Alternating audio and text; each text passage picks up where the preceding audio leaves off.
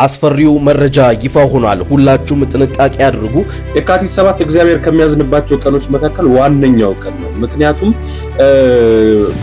በጣም እየተለመዱ ከመጡ ነገሮች መካከል ምንድነው ቅድመ ጋብቻ የሚደረጉ ሩካቤዎች ወይንም ከጋብቻ በፊት የሚደረግ ሴክሶችን ማበረታቻ ቀን ነው ብዬ ነው ማስበው። እንደው እኛ ኢትዮጵያውያን የፍቅር ድሆች ነበር። ፍቅርን ከምዕራቡ ዓለም የተማርነው አባቶቻችን ፍቅርን መስዋዕትነት ይሉታል። እኛ ግን የዚህ ዘመን ወጣቶች ስሜት እያልን ነው። ዛሬም አስመጥኑኝ ዶክተር ዘበነ ግን ቢመጡ መከራከር ይችላል ብሎ የተነሳ ኦርቶዶክስ የነበረ አንድ ፓስተር ሲስተር ሳሙኤል ሰምተውት ከኔ እግዚአብሔር የሚያውቀው አንድ ቀን ሰምቼው አላውቅም። መብራን በመጣቀው አንድ ቀን ሰምቼው አላውቅም። መልእክት አላደረሰ ሰዎች ይነግሩኛልና። ሰላም ጤና ይስጥልኝ። እንዴት አላችሁ? እግዚአብሔር የተመሰገነ ይሁን። በወቅታዊ ቪዲዮ ተመልሼ መጥቻለሁ።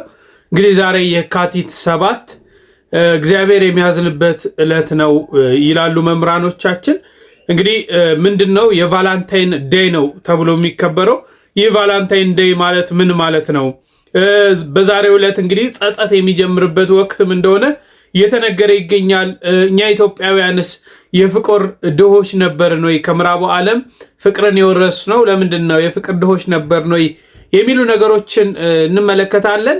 ዕለቱ ስለምንድን ነው እግዚአብሔር የሚጸጸትበት ዕለት የተባለበት የሚለውን አብረን እንቃኛለን። ሌላው እንግዲህ መምህራችን ዶክተር ዘበነ ለማ የማያዳግም ምላሽ ለትዝታው ልከዋል። ያንን ምላሽም አስቃኛችኋለሁ። እስከ ፍጻሜው ድረስ አብራችሁን ቆዩ።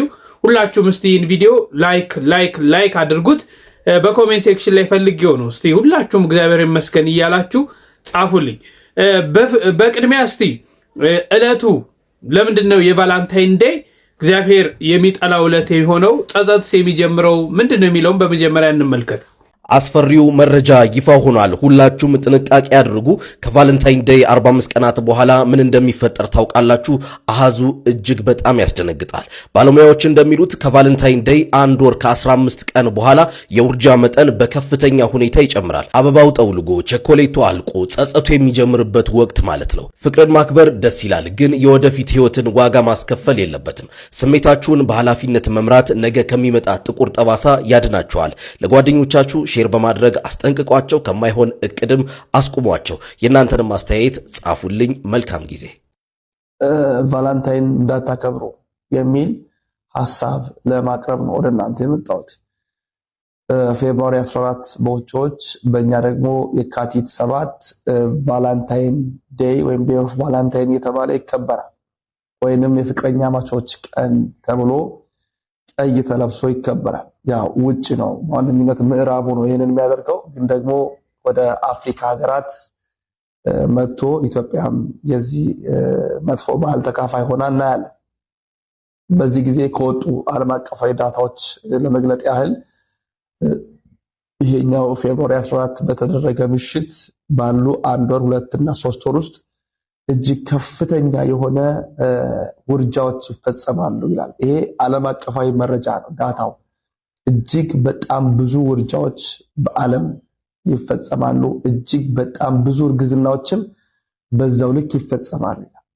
ውርጃ ይደረጋል፣ እርግዝና ይፈጠራል። ብዙ የጸጸት ህሊናዎችም በዛው ልክ ጎጆአቸውን ይሰራሉ። ብዙዎች የሚጸጸቱበት ቀን ነው።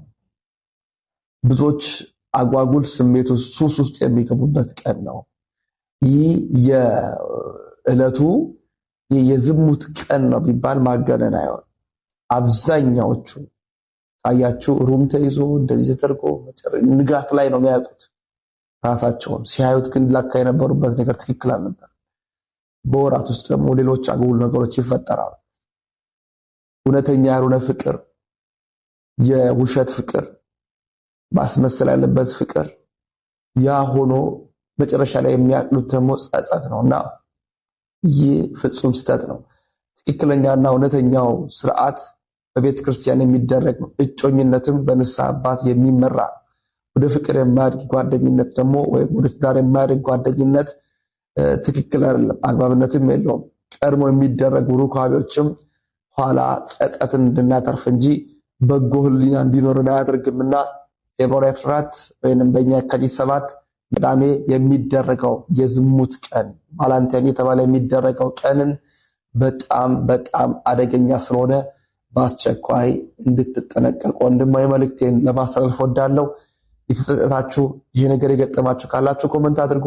ግን ደግሞ በጎ ሐሳብ ያላችሁም ኮመንት አድርጉ። በደንብ አድርጋችሁ ኮፒ ሊንክ እያደረጋችሁ ለሁሉም እንዲዳረስ አድርጉልኝ።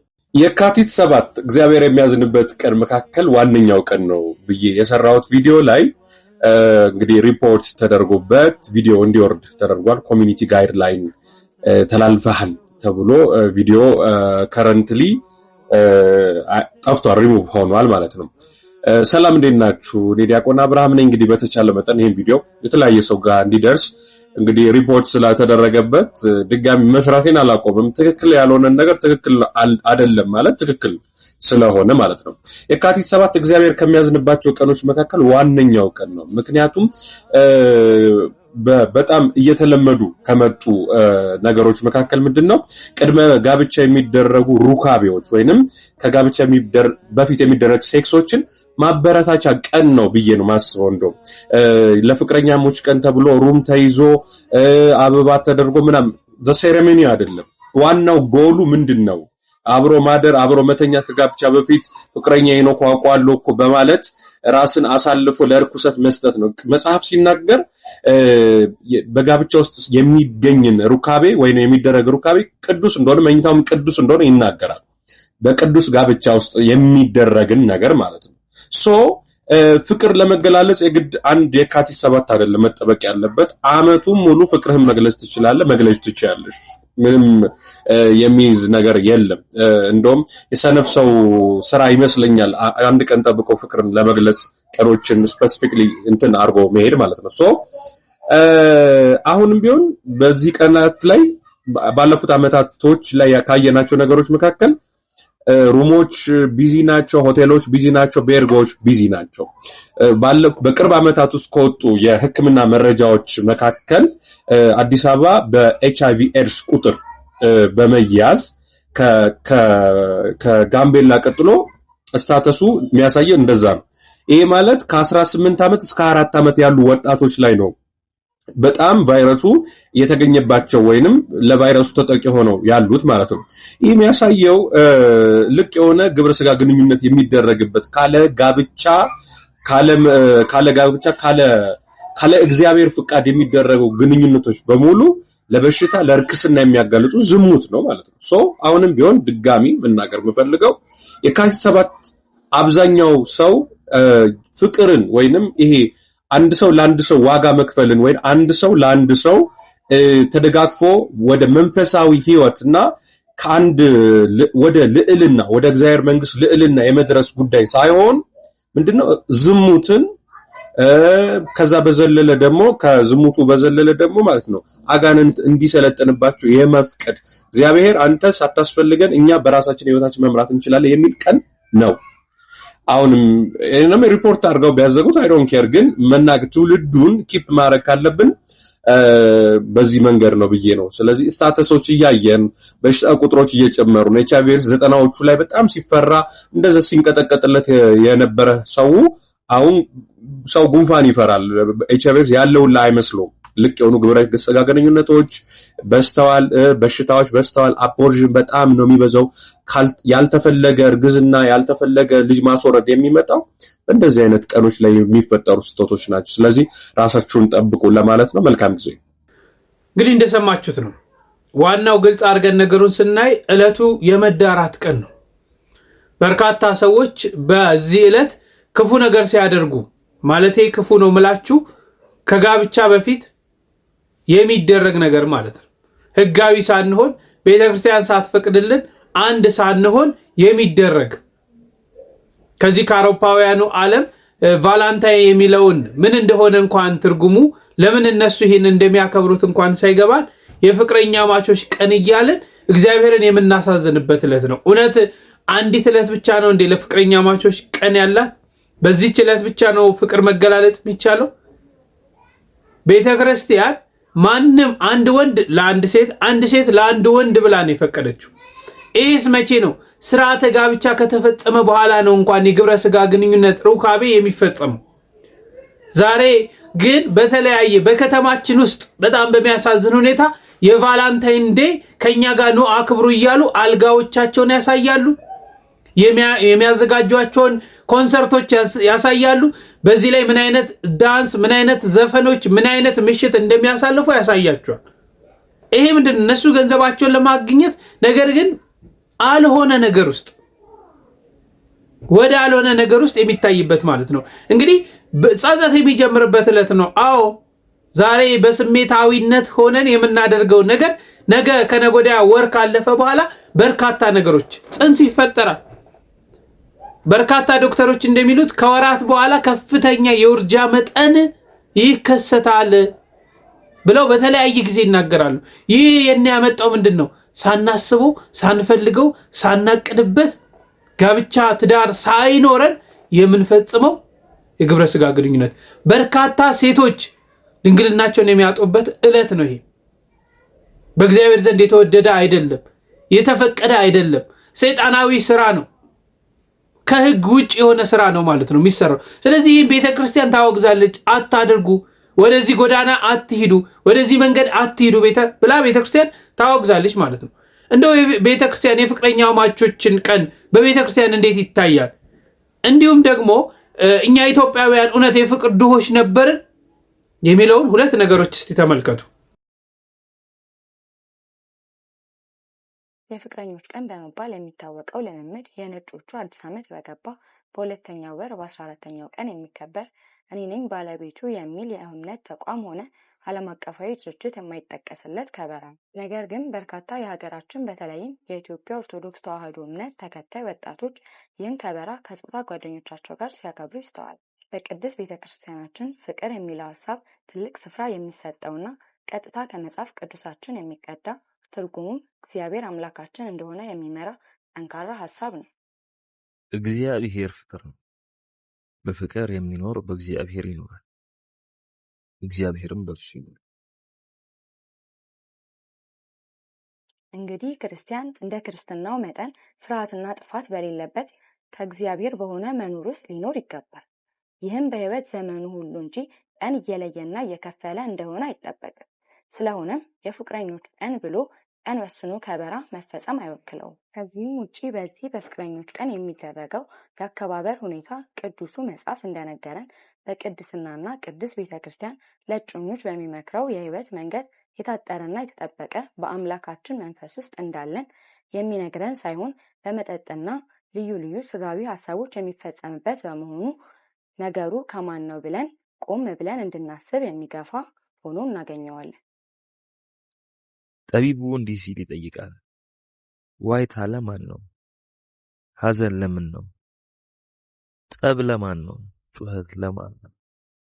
ያለ ምክንያት መቁሰል ለማን ነው? የዓይን ቅላት ለማን ነው ብሎ ይጠይቅና ራሱ ሲመልስ የወይን ጠጅ በመጠጣት ለሚዘገዩ አይደለምን በማለት ይመልሳል። ስለሆነም የፍቅረኞች ቀን ፍቅር የሚጠነክርበት ፍቅር የሆነ አምላካችን እግዚአብሔር በተጓዳኞች መካከል የሚወሳበት ሳይሆን ዓይኖች የሚቀሉበት ጩኸትና ዋይታ የሚበዛበት ከሆነ ጥቅሙ ወዴት አለ?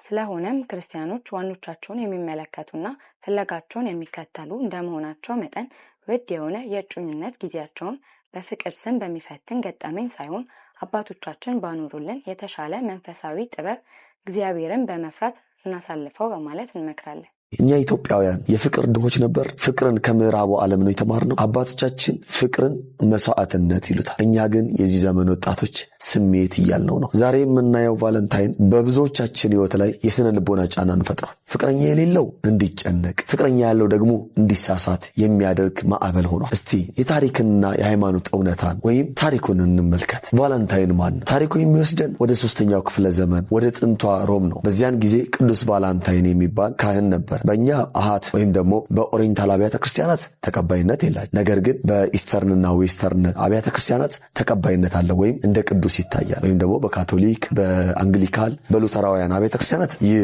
ቅዱስ ተብሎ ይጠራል። ነገር ግን ለመግባባት ሁሉም ሊሰማን ስለሚችል ቅዱስ እያልን ጠርተን እንረዳው። ነገር ግን የኢትዮጵያ ቤተክርስቲያንና አሃት ቤተክርስቲያናት አይቀበሉትም።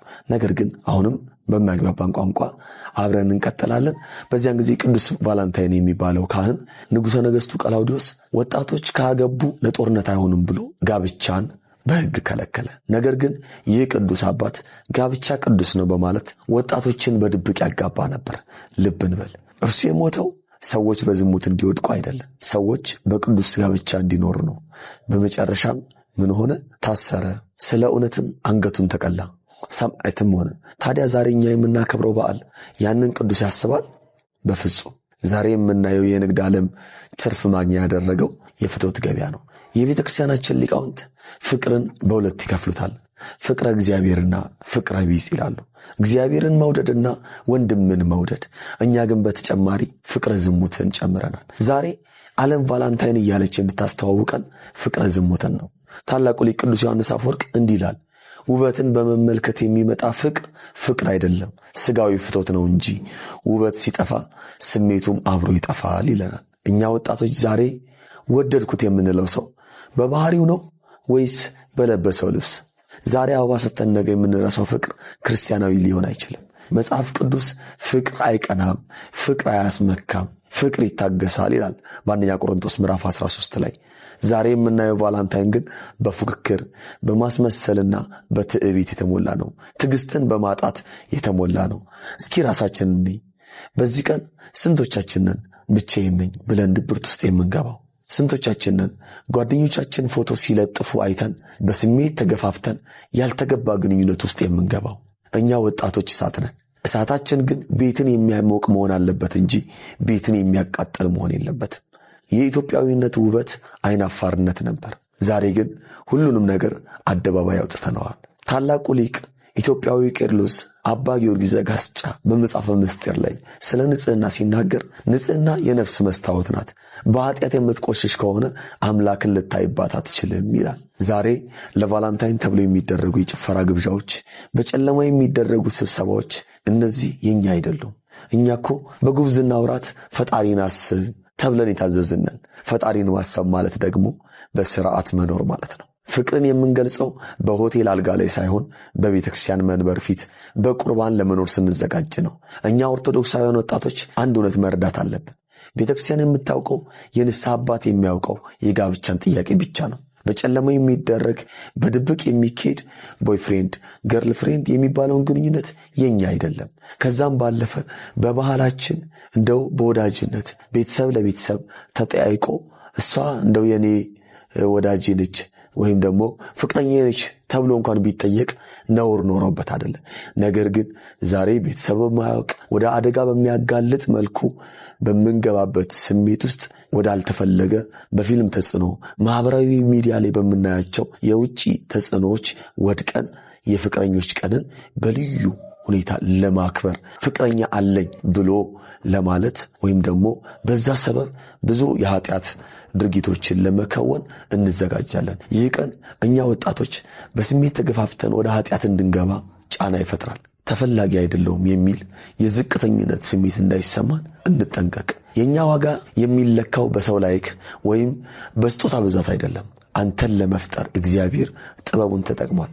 አንቺን ለማዳን ኢየሱስ ክርስቶስ በመስቀል ላይ ተሰቅሏል። እስቲ በጎ ነገሩን ደግሞ እንይ፣ ከሌላ አቅጣጫ እንየው። እኛ ኦርቶዶክሳውያን ወጣቶች ጨለማን ከመርገም ሻማ ማብራት ይሻላል ብለን እናምናለን። ዓለም ይህንን ቀን ለስተት ብትጠቀመውም እኛ ግን ለበጎ ነገር ልንቀይረው እንችላለን። በመጀመሪያ ይህ ቀን ስለ ፍቅር እንድንጠይቅ ያደርገናል። መጽሐፍ ቅዱስ እግዚአብሔር ፍቅር ነው ይላል። ስለዚህ እኛ ለምን ስለ መለኮታዊ ፍቅር ወይም አጋፔ አንነጋገርም? ቤተክርስቲያናችን የፍቅር ቤት ናት። ቅዱስ ኤፍሬም ሶርያዊ ፍቅር የሌለው ሰው ሕያው ሬሳ ነው ይላል። ለሕጋዊ ባለትዳሮችም ቢሆን በዚህ ቀን እርስ በርሳቸው ስጦታ ቢለዋወጡ ፍቅራቸውን ቢያድሱ ክፋት የለውም። ነገር ግን ቀኑን ጣዖት ማድረግ የለብንም። ከሁሉ በላይ ደግሞ ፍቅርን እናስፋው። ፍቅርን ከወንድና ከሴት ግንኙነት ጠባብ አጥር እናውጣው። በዚህ ቀን ለምን የታመሙትን አንጠይቅም? ለምን ለድሆች ምግብ አንሰጥም? ለወላጆቻችንስ እንወዳቸዋለን ብለን ለምን አበባ አንሰጥም? እዚህ ላይ ግን ልናስተውል የሚገባን ወጣቶች አሁን ያለብን ትልቁ አደጋ ቁሳዊነት ነው። ፍቅር በስጦታ ዋጋ የሚተመን እስኪመስለን ድረስ ወርደናል። ውድ ስጦታ ካልገዛልኝ አይወደኝም የሚል አስተሳሰብ ፍቅርን የገበያ ሸቀጥ አድርጎታል። ፍቅር በልብ እንጂ በኪስ አይለካም። ታዲያ ምን እናድርግ? ዓለም ቀይ ስትለብስ እኛ ጥቁር እንልበስ ማለት አይደለም። ነገር ግን ልባችንን እንጠብቅ። ለብቻችን ላለን ወጣቶች እኛ ብቻችንን ስለሆንን የወደቅን አይደለንም። ዛሬን ቀን ከክርስቶስ ጋር እናሳልፈው። ምክንያቱም እውነተኛ ሙሽራ እውነተኛ ፍቅር እርሱ ነው። ነፍሳችን የምትረካው በሰው ስጦታ ሳይሆን በእርሱ ሰማያዊ ፍቅር ነው። ትዳርን በጸሎት እንጠይቅ እንጂ በዓሉን ተከትለን በስሜት አንገፋ። በፍቅረኝነት ላላችሁ ወይም ደግሞ ጥንድ ለሆናችሁ ግንኙነታችሁን ወደ ቅዱስ ተክሊል ወደ ቅዱስ ቁርባን የሚያመራ ይሁን። በዝሙት የሚጨረስ ግንኙነት መጨረሻው ባዶነትና ስብራት ነው። ክርስቶስን በመሐከላችን እናድርገው። የመጨረሻ መልእክታችን ይህ ነው። ዓለም የምትሰጠው ፍቅር ጊዜያዊ ነው። ቤተክርስቲያን የምትሰጠው ፍቅር ግን ዘላለማዊ ነው። ቫላንታይን ያልፋል፣ ክርስቶስ ግን ለዘላለም ይኖራል። እኛ የኦርቶዶክስ ወጣቶች ቤተክርስቲያንን የምንረከብ የነገዋን ኢትዮጵያ የምንረከብ ነን። በባዕድ ባህል የምንነዳ ነፋስ እንደሚወዘውዘው ገለባ መሆን የለብንም። እውነተኛ ፍቅር የቆመው በቀይ አበባ ላይ ሳይሆን በቀራንዮ መስቀል ላይ ነው። ስለዚህ ወዳጆቼ ወጣትነት እሳት ነው እንዳልነው ሁሉ በማስተዋል ሆነን በኋላ ጸጸት የማይሆንብንን ነገር ልናደርግ ይገባል። ይህ በጉብዝና ወራት ክፍል 7 ነበር። መልእክቱ የገባው በዚህ ሐሳብ የተስማማና ልቡ የተነካ ወጣት ለሌላው ያካፍል። እናንተ የዘንድሮን ቫላንታይን እንዲህ ልታሳልፉ ታስባችኋል? በመንፈሳዊ ወይስ በዓለማዊ መንገድ? አስተያየቶቻችሁን በኮሜንት አስቀምጡልኝ። ይስጥልን። በሰፊው እህታችንም ወንድማችንም ገልጸዋል ምን እንደሆነ ማለት ነው። ምን እንደሆነ አሁን እንደውም ኢትዮጵያ ውስጥ በጣም ደስ ያለኝ ነገር አንዳንዴ ነገሮች ጥሩ ናቸው። እንዴት አድርገው ያው ህጋዊ ተግባራዊ ይሁን አይሁን አላቅም እንጂ ማንኛውም አልጋ ቤቶች ወይም ፔንሲዮኖች ወይም ሆቴሎች ሩም ወንድና ሴት ሩም ሊዝ ከፈለገ የተጋባበትን ሰርተፊኬት ማምጣት አለበት የሚል ዜና ወጥቷል። ይሄንን የተጋባበትን የምስክር ወረቀት ወይም ደግሞ ማስረጃ ካልያዘ ሩሞች ራሱ አይከራዩም የሚል ነገር እንግዲህ በህግ ተደንግጓል። ይሄ ነገር ተግባራዊ ይሁን አይሁን አናውቀውም፣ የምናየው ነገር ነው። ግን ኃጢአትን እየተለማመድን ነው። እንደው መንግስትም ራሱ በዚህ ኃጢአት እንዳይደረግ ድጋፍ እያደረገ ነው። እውነት እግዚአብሔር ይስጥ፣ ድጋፍ እያደረገ ነው። አንድ ሩም ለመያዝ የባልና የሚስት ምስክር ወረቀት ከሌለ አትይዝም ካለ እንግዲህ ድጋፍ እያደረገ ነው፣ ኃጢአትን ለማቆም ማለት ነው። ባይዘዌ ወንድና ሴት የሚያደርጓቸው ግንኙነቶች በሙሉ አሁን ዛሬኛ የተለያዩ እርግዝና እንዳይፈጠር የምናደርጋቸው የተለያዩ መድኃኒቶች ይወሰዳል አይደል? ሴቱ ምኑም ምናቀው ነው። ይህ ግን ክልክል ነው። እግዚአብሔር በምድር ላይ እኮ ብዙ ነው ያለው፣ ተባዙ ነው ያለው፣ ምድርንም ሙላት ነው ያለው። እሱ የሚሰጠውን ዘር እሱ የሚሰጠውን ፍሬ እኛ ለማስቀረት እንሮጣለን። ከዛስ በህጋዊ መንገድ ቤተክርስቲያን በምትፈቅደው መልኩ ጋብቻ እንፈጽም ይባላል እንዴ? ሴት እህቶቻችን በተክሊል በስርዓተ ቤተክርስቲያን እናገባለን እያላችሁ እያቀዳችሁ፣ ወንዶችም ይህንን እያደረጋችሁ እያቀዳችሁ በዛሬው ቀን ቫላንታይን ዴይ ለአክብር ብላችሁ መሸታ ቤት መሄድ ሩም መያዝ ምን የሚሉት ነገር ነው? ስለዚህ እኛ የፍቅር ድሆች አልነበርም። ፍቅርን እንዴት መገላለጽ እንዳለብን እናውቃለን። በምን አይነት መንገድ መያዝ እንዳለብን አባቶቻችን ያስተማሩናል። ያን ስለማንቀበል ከዚህ ከምዕራቡ ዓለም ማይሆን ነገሮችን እየወረስን ዛሬ ኃጢአት ዓለም ውስጥ ልክ እየገባን ነው። ስለዚህ ጥንቃቄዎችን ልናደርግ ያስፈልጋል። በተለይ ፍቅረኛ ማቾች ቀን እያላችሁ እየወጣችሁ ክብረ ንጽህናችሁን አሳልፋችሁ የምትሰጡ አልሆነ ቤት ውስጥ ከማታውቁት ሰው ስትዳሩ ከምታድሩ አቁሙ፣ ይቅርባችሁ። እግዚአብሔርንም አሳዝናችሁ ህሊናችሁንም አቆሽሻችሁ ስጋችሁንም አሳድፋችሁ ካለፈ በኋላ በጸጸት በእንትን ከማለት ከእንደዚህ አይነት ነገሮች ልንቆጠብ ያስፈልጋል። ልጆቻችን እናስተምር። ይህ የኛ ባህል አይደለም፣ እሴትም አይደለም፣ የሀገራችን ባህል አይደለም። እንዲህ አይነት ነገሮች ማለት አይደለም። ወደ ሃይማኖት ከመምጣታችሁ ተውት።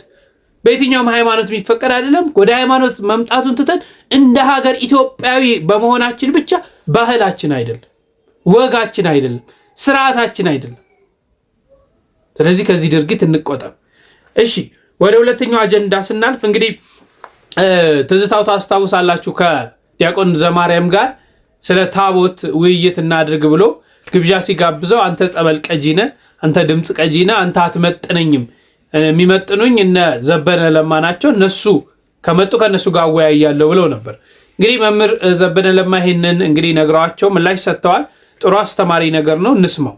አትመጥኑኝም ዶክተር ዘበነ ግን ቢመጡ መከራከር እችላለሁ ብሎ የተነሳ ኦርቶዶክስ የነበረ አንድ ፓስተር ትዝታው ሳሙኤል ሰምተውት ይሆን? ይመልክ እግዚአብሔር የሚያውቀው አንድ ቀን ሰምቼው አላውቅም። መብርሃን በመታቀው አንድ ቀን ሰምቼው አላውቅም። መልእክት አላደረስም። ሰዎች ይነግሩኛልና ዓለም ላይ ቦክስም እኮ ኪሎግራም አለው። የቦክስ ውድድር እኮ ራሱ በኪሎግራም ነው እኮ የሚደረገው እንጂ ዝም ብሎ እኮ አይደረግምና እንግዲህ ሐሳቡ ጥሩ ነው። ግን እኔ ጥሩ ልጆች አሉ እኮ ከነሱ ጋር መነጋገር ይችላልና አትመጡንኝም እነ ዶክተር ዘበነ ለማ ቢሆኑ እሱም ጥሩ ነው። ይመጠነኛል ማለቱም ጥሩ ነው። ይመጠነኛል እኔ ነኝ የምመጠነው ለሱ ጥሩ አባባል ነው። እንግዲህ የታየው ነገር ይኖራል ማለት ነው።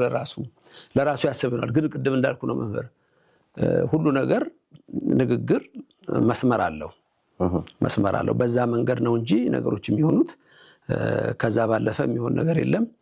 ስላልሰማሁት እንዳልኩ ሰዎች እንዲህ ብለዋል ከሌ ሲሉ ሰምቻለሁና እኔ በዚህ ሁሉ አገልግሎት አንድ ቀን ስማቸውን አንስቼ አላውቅም። በአገልግሎት ላይ እውነት ነው አንድ ቀን ስማቸውን አንስቼ አላውቅም።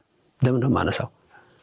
ከዚህ ቤተክርስቲያን ወጡ ለምን ወንጌል አይሰበክም ብለው ወጣው ወንጌል አንድ ቀን ሰብከው ያውቃሉ? በፍጹም ከስድብ በስተቀር። ስለዚህ ምን ብሎ ነው ትውልዱስ የሚሰማቸው? አንድ ቀን ወንጌል ሰብከው ያውቁም። እዚህ ወንጌል እንዳሰብኩ ታውቃሉ። እዛ ከሄዱ በኋላ ወንጌል ይሰብካሉ። ማንም ወንጌል ሰበኩ ብሎ የነገረኝ የለም። ሁሉ ቀን ስድብ፣ ሁሉ ቀን ትችት እንደሆነ ግን ሰምቻለሁ ከሰዎች። ስለዚህ ወንጌል ካልሰበኩ ምንድነው ትርጉሙ? ለመስበክም ደግሞ ዕውቀት ያስፈልጋል። በእውነት ለመነጋገር ትምህርትም ያስፈልጋል፣ ዕውቀትም ያስፈልጋል። ሲሻቸው ይተቹናል፣ ሲሻቸው ሊቅ ያደርጉናል። እንደሱ ነው እንግዲህ በእነሱ ጥያቄ ያለኝ ካልስ አሁን መምህሮቻችሁን እንፈትናቸው አይመልሱልንም ብለው ወደ አደባባይ የወጡት እንደሱ አይነት ነገር የሚሆነው ቅድም ባልኩህ መሰረት ነው። እኔ የማመጣውን ሐሳብ በህልሙም አይቶት የማያውቀውን ሐሳብ ላመጣ እችላለሁ። በህልሙም እንኳን በሆኑ በህልሙ የት ያነበበውን ነው የት የተማሩትን ነው። እኔ አሁን ለምሳሌ በአገሬ ያለው ተማርኩ፣ የቤተክርስቲያንን ትምህርት ተማርኩ። ከዛ ቴዎሎጂ ኮሌጅ ገባሁ። ከዛ ውጭ ሀገር ሄጄ ደግሞ ሌላ ብዙ ጥናቶችን አጠናሁ። ሳወራ ከነዛ ባክግራውንድ የተነሳ ነው ነገሮችን የማያቸው። ከዛ ውጭ ግን ስትነጋገር በምን ደረጃ ትነጋገራለህ? ለምሳሌ አሁን እኔ በዛ እምነት ውስጥ በሌላ እምነት ውስጥ ሆነው ተምረናል ብለው በዩኒቨርሲቲ ሌቭል ፕሮፌሰሮች ሆነው ዶክተር ሆነው ያሉ ካሉ ቁጭ ብዬ ከነሱ ጋር ዲቤት እነጋገራለሁ። አለዛ የማወራውንም እኮ ያውቀውም እኮ የት ያውቀዋል ብለህ ነው የት ያውቀዋል? እንዲህ ዝም ብሎ እኮ አውቃለሁ ስላላለም አንዱ ለንደን ሲባል ለንደን እንዴት አይነት ከተማ ነው ይላል፣ አውቀዋለሁ ይላል። ፓሪስ ሲባል አውቀዋለሁ እንዴት አይነት ነው ይላል። ኢንግላንድ ሲባል አውቀዋለሁ እንዴት አይነት ከተማ ነው ይላል። እንዴ በዚህ አይነት ጂኦግራፊን ታውቃለህ ተባለ። በጂኦግራፊማ እንዴት አይነት ከተማ መሰላችሁ አለ። ከዚህ ጋር ምን ብዬ ነው የማወራው?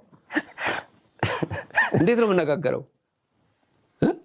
ስለዚህ ሰው እኮ ሲነጋገር ደረጃ አለው እኮ በሁሉም ነገር። ስለዚህ ካንተ ጋራ ይሄን ነገር አጥንቻለሁ ተምሬያለሁ ከሚለው ሰው ጋር ታወራለህ እንጂ በኋላ ለሐሰት በጽባዘ ተናገረ ይደግም በሰርክ የተባለው እንዴት አድርገህ ታወራለህ? እና በዚህ መንገድ ነው የማየው መምህር። ምን እናድርግ? አሁን ኦርቶዶክሳውያኑ አሁን ባንድም በሌላ እንዳልኩት ሶሻል ሚዲያ ሳይፈልጉትም ያስገባል እንዲህ አይነት መልእክቱም ይወረውራሉ። እና ቢያንስ ምን ማድረግ ነው ያለበት ኦርቶዶክሳውያን? ብዙ ጊዜ እንዳሉት ሰውም ያስተምራሉ በሚዲያ እነ ሊቀ ሊቃውንት የኔታ አስማኮነ መላክን የመሰለ ትልልቅ እና አባ ገብረ ኪዳን የመሰለ ትልቅ መምህራን ያስተምራሉ። ኦርቶዶክሳውያን መምህራንን ሳይሆን የመናፍቃንን ትችት ቁጭ ብሎ የሚሰማ ኦርቶዶክሳዊ ይበዛል። መልእክትን ያስተላልፉልን እስኪ። ያው ዘፈተው ይስተይ ነው። ግን አሁን ለምሳሌ እኔ እናንተ ድግስ ተጠራን፣ የተደረደረ ምግብ አለ። ከዛ ውስጥ የተበላሸ ምግብ ይኖራል። ካወቀኛ የተበላሸ የሆነ ነገር ብናይበት እንደው ስለ ቃል ይቅርታ እንጂ ትል ብናይበት ምግብ አንስተ ከዛ ትል ካለበት ታነሳለህ? አታነሳም። ኢትዮጵያ ኦርቶዶክስ ተዋሕዶ ልጆች መርዝ የሆነ ነገር የተበላሸ ነገር እንዴት ያነሳሉ?